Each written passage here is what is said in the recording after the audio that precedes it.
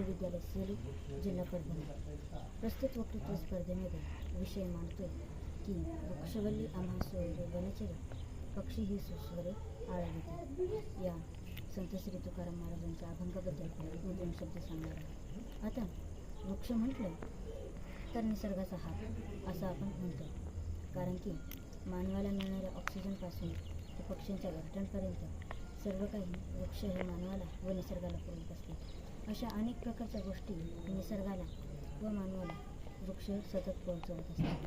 आणि म्हणून याबाबतचे संत श्री तुकाराम महाराजांचे मत म्हणजे असे होते की त्यांना वृक्षवल्ली आम्हा सोयरे वनचरे, पक्षी ही सुस्वरे आळविते. यातून संत श्री तुकाराम महाराजांनी वृक्षाचे महत्त्व सांगितले आहे. हे एका संसारात राहूनही विरक्त जीवन जगणाऱ्या संत श्री तुकाराम महाराजांचे बोल आहे.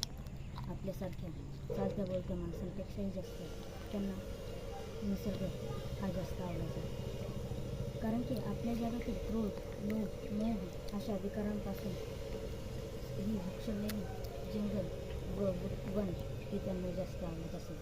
आणि म्हणून संत श्री तुकाराम महाराजांनी वृक्षाचे महत्त्व सांगितले आहे. ते म्हणजे वृक्षवल्ली आम्हा सोयरे वनचरे, पक्षी ही सुस्वर आळविते. यातून संत श्री तुकाराम महाराजांनी निसर्गाशी मानवाचे असलेले संबंध सांगितले आहेत. यातून संत श्री तुकाराम महाराज हे निसर्गाशी किती एकरूप झाले होते हेही दिसून येते. संत श्री तुकाराम महाराज निसर्गाशी इतके एकरूप झाले होते की त्यांना त्यांच्यामध्येच राहण्याची सवय लागली होती आणि त्यांनाच आपले नातेवाईक समजायचे. संत श्री तुकाराम महाराजांना निसर्ग हा एक स्वतःच्या नात्यातल्या व्यक्तींसारखा वाटत असे. आणि म्हणून वृक्षवल्ली जंगलातील प्राणी व पक्षी त्यांना आनंद देत असे. आणि आपल्या जीवनातलाही वृक्ष हा एक अविभाज्य भाग आहे. त्याला आपण दूर तर करू शकत नाही. खरं तर आपण व वृक्ष हे एकाच परमेश्वराची लेकरं आहोत. पण मानव हा आता निसर्गाकडून तुटत आहे असे झालेही नाही पाहिजे. आणि खरंच ज्या ठिकाणी झाडांची संख्या जास्त असते त्या ठिकाणी हवा, पाणी यांचे प्रमाण जास्त व स्वच्छ असते. आणि आपल्या जीवनामध्ये आपण जर का वृक्षारोपण केले आणि त्याची उत्तम प्रकारे निगा राखली तर वृक्ष आपल्याला खूप काही देते. जसं की ज्या ठिकाणी मी नेमकं सांगितलं झाडांची संख्या जास्त असते त्या ठिकाणी हवा व पाणी जास्त असते.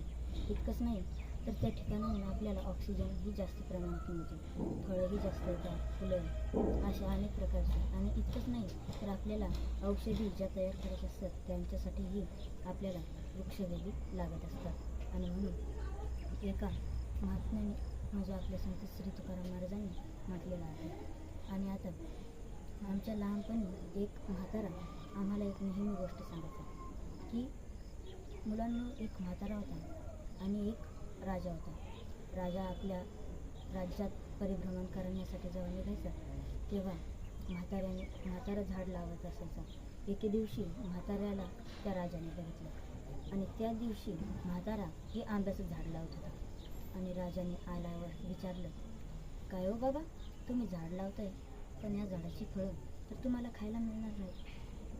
म्हातारा 2 मिनिटं शांत बसला आणि म्हाताऱ्याने उत्तर दिलं, राजा तू जे म्हणतोस ते बरोबर आहे, पण ह्या झाडाची फळं जर का आज मला खायला मिळत आहेत तर हे माझ्या पूर्वजांनी लावली.